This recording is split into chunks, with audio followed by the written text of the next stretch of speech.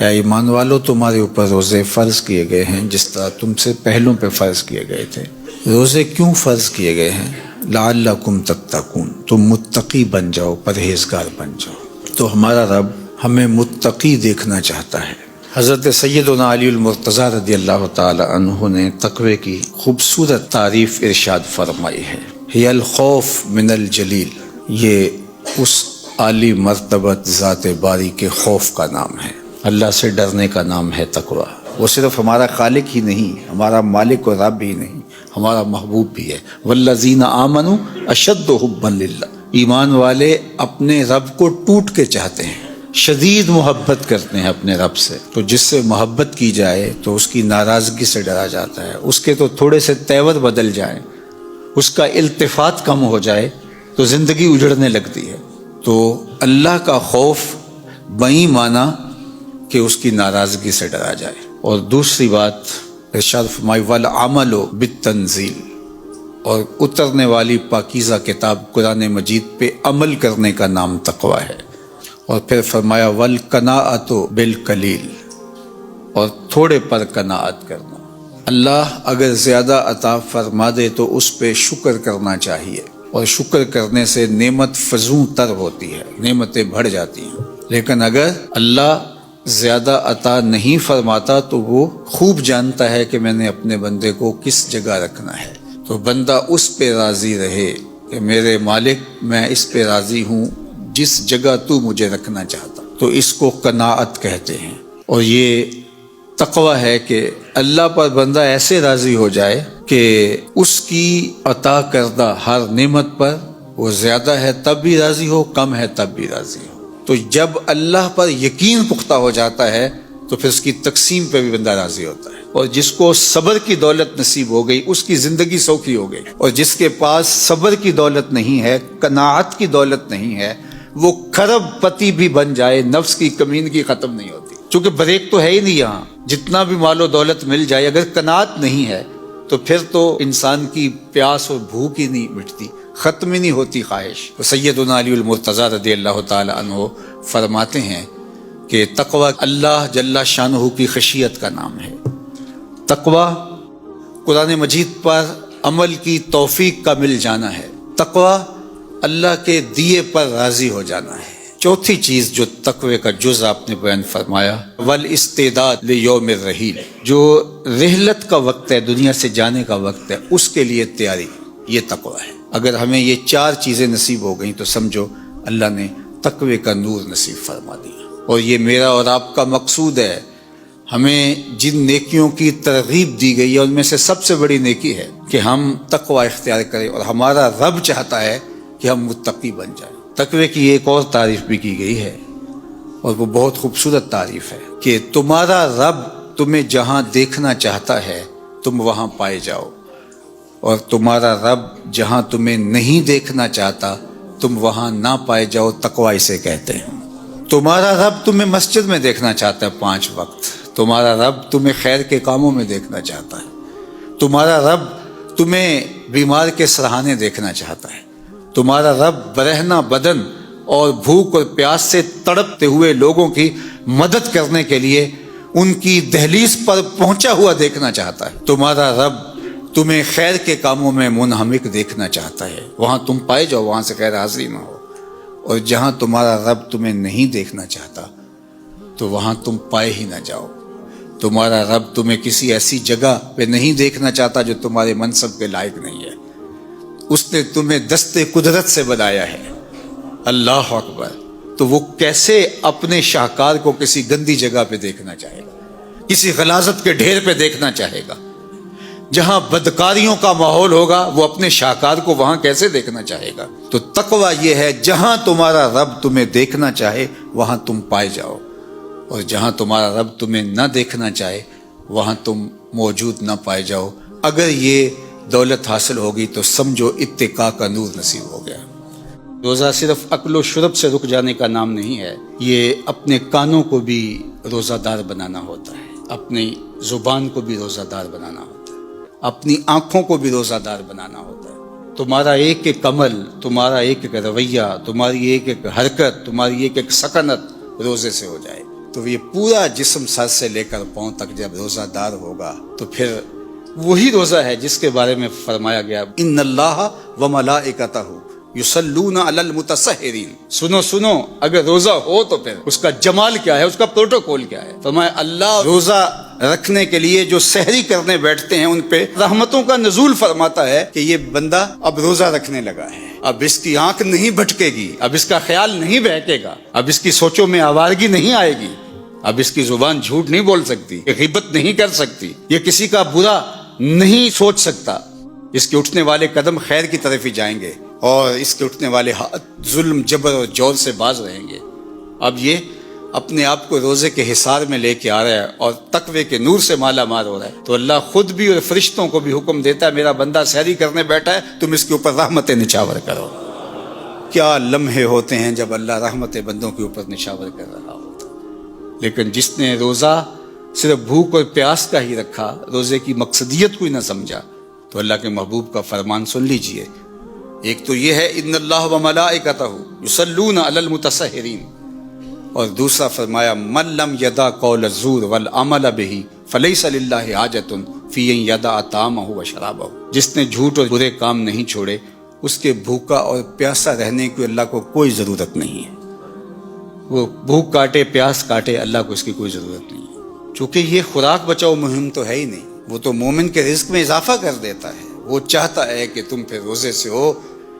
اللہ اکبر. فرمایا روزہ دار جب کسی سے بات کرے اور وہ آگے سے الجھنا چاہے تو فرمایا روزہ دار آگے سے ایک ہی جملہ بولے انی صائمون، میں روزہ رکھا ہوا ہے.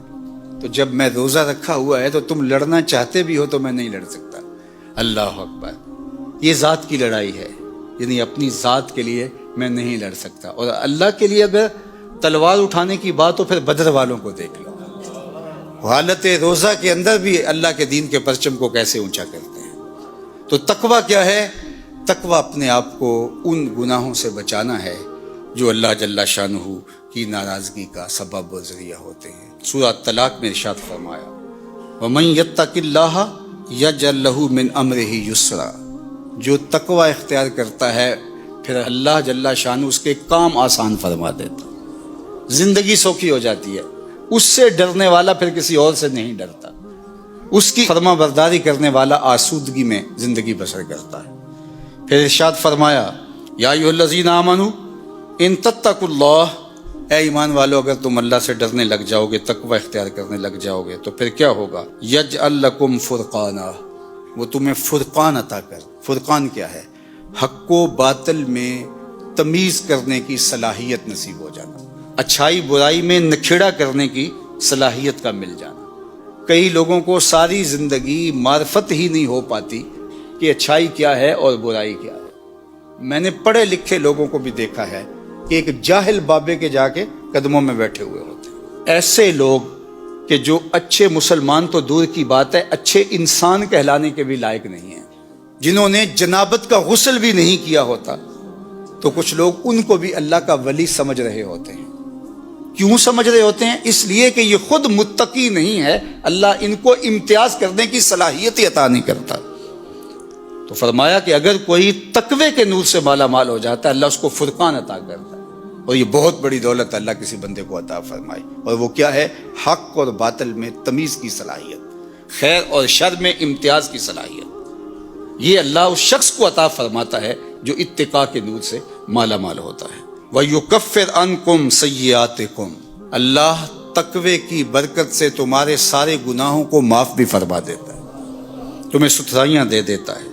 وَيَغْفِرْ لَكُمْ. اور اللہ تمہیں معاف بھی فرما دیتا ہے اور تمہیں غفران و رحمت کے پردوں میں بھی ڈھانپ لیتا ہے. وَمَن يَتَّقِ اللَّهَ يَجْعَل لَّهُ مَخْرَجًا.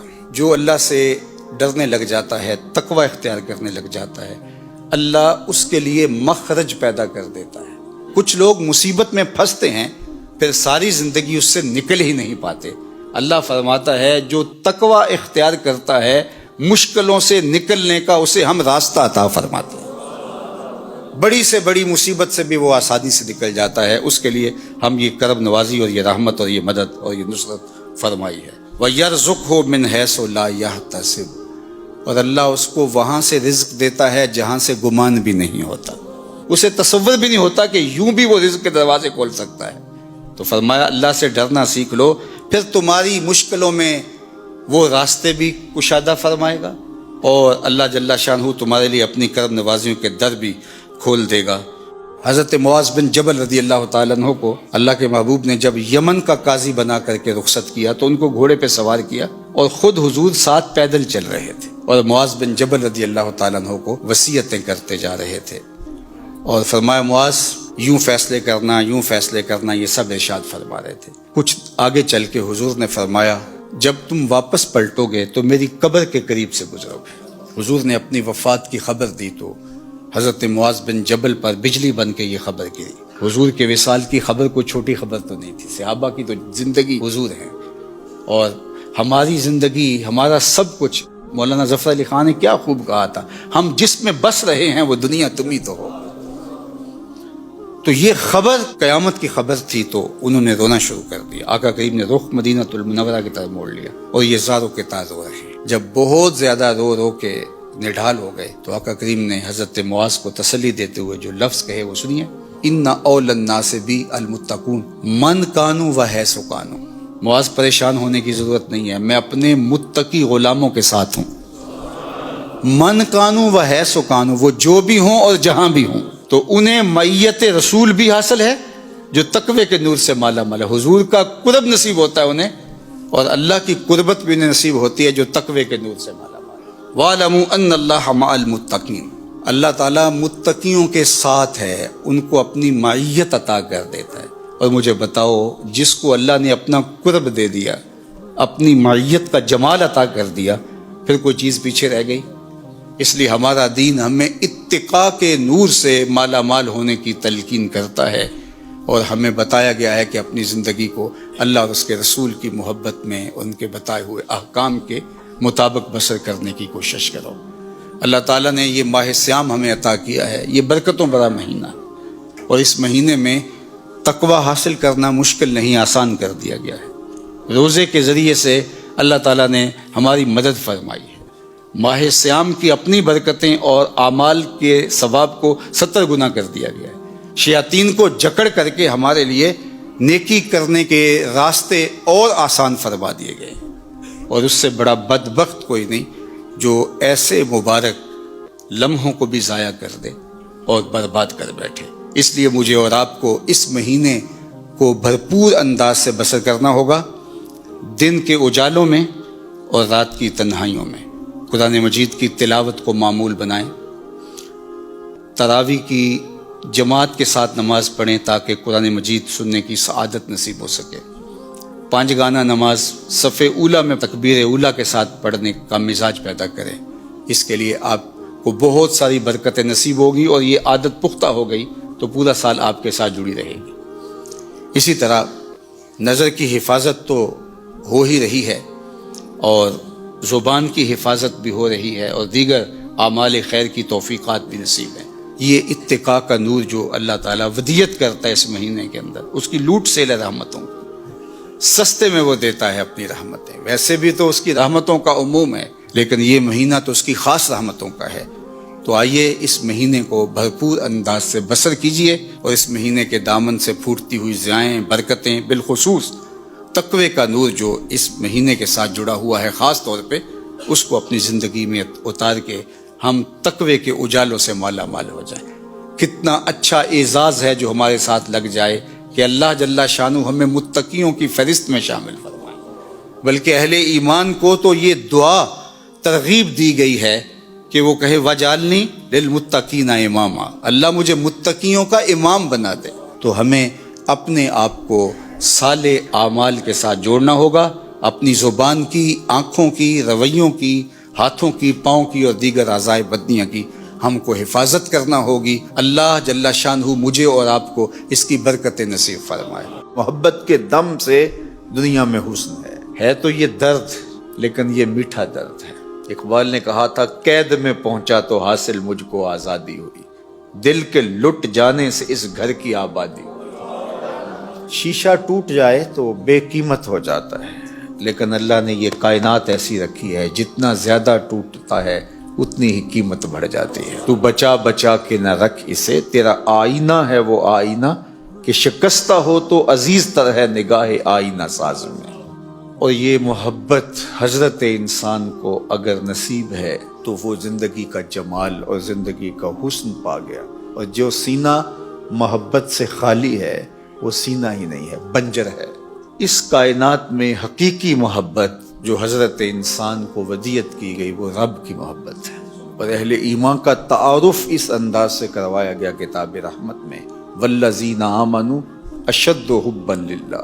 اہل ایمان سب سے زیادہ محبت اپنے رب سے کرتے ہیں، شدید محبت، ٹوٹ کے چاہتے ہیں اپنے رب. شدید محبت کا یہ بھی ترجمہ کیا جا سکتا ہے کہ بے شک اللہ جل شانہ سے اہل ایمان عشق کرتے ہیں. عشق امتحان لیتا ہے، عشق کو تقاضوں سمیت نبھانا پڑتا ہے. عاشق ہر کوئی آکھے پر عاشق بندا مر کے، زہر پیالہ کوئی نہیں پیندا پر عاشق پیندا پر کے.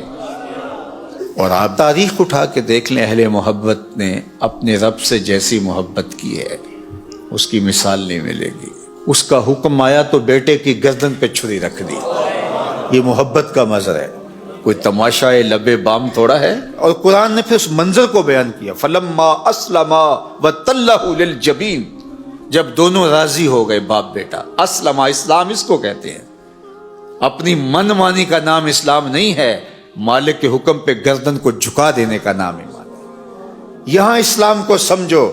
ہم تو کہتے ہیں کہ جی بہت مشکل ہے آج کل دین پہ چلنا. تمہارے لیے کیا مشکل ہے؟ مشکل کاٹنے والے تو کاٹ گئے. ہمیں تو رب کا حکم نہیں آیا کہ بچے کی گردن پہ چھری رکھو. اللہ کے نام پر ذبح ہوئے پیغمبر شہید کیے گئے. حضرت زکریا کے سر پہ آرا رکھ کے پاؤں تک چیر دیے گئے، لیکن زبان سے اف بھی نہیں نکلنے پائی. زخم پہ زخم کھا کے جی، خون جگر کے گھونٹ پی، آہ نہ کر لبوں کو سی. یہ عشق ہے، دل لگی نہیں. عشق اور ہوتا ہے، دل لگی اور ہوتی ہے. تشتریوں میں سر سجا کے پیش کیے گئے، پور پور کاٹا گیا، لیکن انہوں نے اللہ کے دین کو نہیں چھوڑا. اللہ کی محبت میں سب گوارا کیا.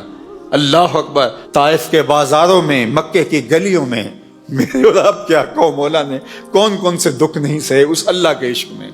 اس کی محبت کے اندر نازک بدن پہ اوجریاں ڈالی گئیں، حضور کو پتھر مارے گئے، حضور کے قدم لہو لہان ہوئے، آقا کریم نے فاقے کاٹے، اذیتیں سہی، تانے گوارا کیے، گڑے کھودے گئے، کانٹے بچھائے گئے، لیکن اللہ کی محبت میں یہ سلسلہ چلتا رہا. بلال حبشی کن تکلیفوں سے نہیں گزرے. یاری تیری سونا پر ازمیشاں تیریاں اگ، سونا پرکھیا جامدہ ہے نال اگاں دے لگ. والذین آمنوا اشد حبا للہ. اور جو اہل ایمان ہیں وہ اللہ سے ٹوٹ کے محبت کرتے ہیں، بلکہ وہ کسی اور سے بھی محبت کرتے ہیں تو وہ بھی اللہ کے لیے کرتے ہیں. الحب للہ والبغض للہ. ان کی اوروں سے محبت بھی اللہ کے لیے، اوروں سے دشمنی بھی اللہ کے لیے. وہ اسی زاویے سے دیکھتے ہیں اور اسی انداز سے سوچتے ہیں. ان کی محبت کے رنگ ہی نرالے ہیں. اللہ اکبر. نہ انہیں مال کی پرواہ ہے، انہیں جان کی پرواہ ہے. آپ دیکھتے نہیں ہیں سارا مال لا کے حضرت ابو بکر حضور کے قدموں میں ڈھیر کر دیتے ہیں، اور آپ پوچھتے ہیں ما ابقیت لأہلک یا ابا بکر، گھر والوں کے لیے کیا چھوڑا ہے؟ تو کہتے ہیں ابقیت لہم اللہ ورسولہ. اللہ اکبر. تو یار محبت یک طرفہ نہیں ہوتی، محبت اس طرف سے بھی ہوتی. غالب نے کہا تھا نا، وفا کیسی کہاں کا عشق، جب سر پھوڑنا ٹھہرا تو پھر اے سنگ دل تیرا ہی سنگ آستاں کیوں ہو. تو محبت تو وہاں کی جاتی ہے جہاں محبت کا مول بھی ڈالا جائے. تو یار اگر بندے اس سے ٹوٹ کے پیار کرتے ہیں، اس سے محبت کرتے ہیں، تو اللہ جل شانہ جو بندوں سے پیار کرتا ہے، جو بندوں سے محبت کرتا ہے، اور جو ناز برداریاں اس نے فرمائیں، اللہ اکبر، کیا اس کا کوئی بدل ہو سکتا ہے؟ جب ساری دنیا رد کر دے تو مالک کی دہلیز پہ جب بندے آ جائیں تو مالک یہ نہیں پوچھتا کہ اب کیوں آیا ہے، اب تیرے پاس رہا کیا ہے کہ اب میرے پاس آ گیا. وہ کہتا ہے فرشتوں دیکھو یہ بندہ آخر میرے پاس ہی آیا ہے نا، میرا تھا تو میرے پاس ہی پلٹ کے آیا ہے نا. ساری زندگی اس کی نافرمانیاں کرنے والا اس کی دہلیز پہ تو آئے. مالک کہتا ہے میرا بندہ آیا تو ہے میری چوکھٹ پہ، یارو ہم نے جانا تو ہے اس کی چوکھٹ پہ. پھر جو کفن میں منہ چھپا چھپا کے جاتے پھریں گے، اچھا نہیں ہے کھلے منہ سے آ جائیں. پھر لوگ جو اٹھا کے لے جائیں گے، اچھے نہیں اپنے قدموں سے چل کے آ جائیں. یا ایھا الانسان ما غرک بربک الکریم. اس کی رحمتیں آواز دیتی ہیں، انسان تو کریم رب کی دہلیز سے کیوں دور ہو گیا ہے؟ ما غرکا، کس چیز نے تجھے مغرور کیا؟ دولت نے، حسن نے، اقتدار نے، منصب نے، افراد کی کثرت نے، کڑیل جوانی نے، بازوؤں نے، طاقت نے، حمایت نے، کس چیز نے تجھے رب سے بے نیاز کر دیا؟ آجا پلٹ کے، ما غرک بربک الکریم، آجا تیرا رب بڑا ہی کریم ہے۔ وہ یہ نہیں دیکھے گا کہ تو نے ماضی کہاں گزارا، وہ یہ دیکھے گا میرا بندہ پلٹ کے میری چوکھٹ پہ آیا، بلکہ اس کا وعدہ ہے جب بندہ گناہوں سے توبہ کرتا ہے تو نہ صرف میں اس کے گناہ معاف کرتا ہوں، گناہوں کو بدل کے نیکیوں میں تبدیل کر دیتا ہوں۔ تو جتنا بڑا بدکار تھا اتنا بڑا نیکوکار ہو جاتا ہے۔ وہ کیا بد نصیب شخص ہے جو مالک کی دہلیز سے منہ موڑتا ہے، جس کو اس کے حضور سجدے کی توفیق نصیب نہیں ہوتی، اس کی نعمت کے خوان پہ پلتا ہے، اس کے دسترخوان سے نعمتیں اٹھاتا ہے، اس کی طرف سے عطا کردہ صحت اور زندگی کا جمال اور بہاریں سب کچھ میسر ہے اور لطف اندوز ہوتا ہے، لیکن ادھر اذان ہوتی ہے اور اس کے قدم اللہ کے گھر کی طرف نہیں اٹھتے، اس کی رحمتیں آواز دے رہی ہیں، او بندے آجا پلٹ، آنا تو تو نے ہے ہی، لیکن آج آجا، اس کی رحمتیں تجھے آواز دے رہی ہیں۔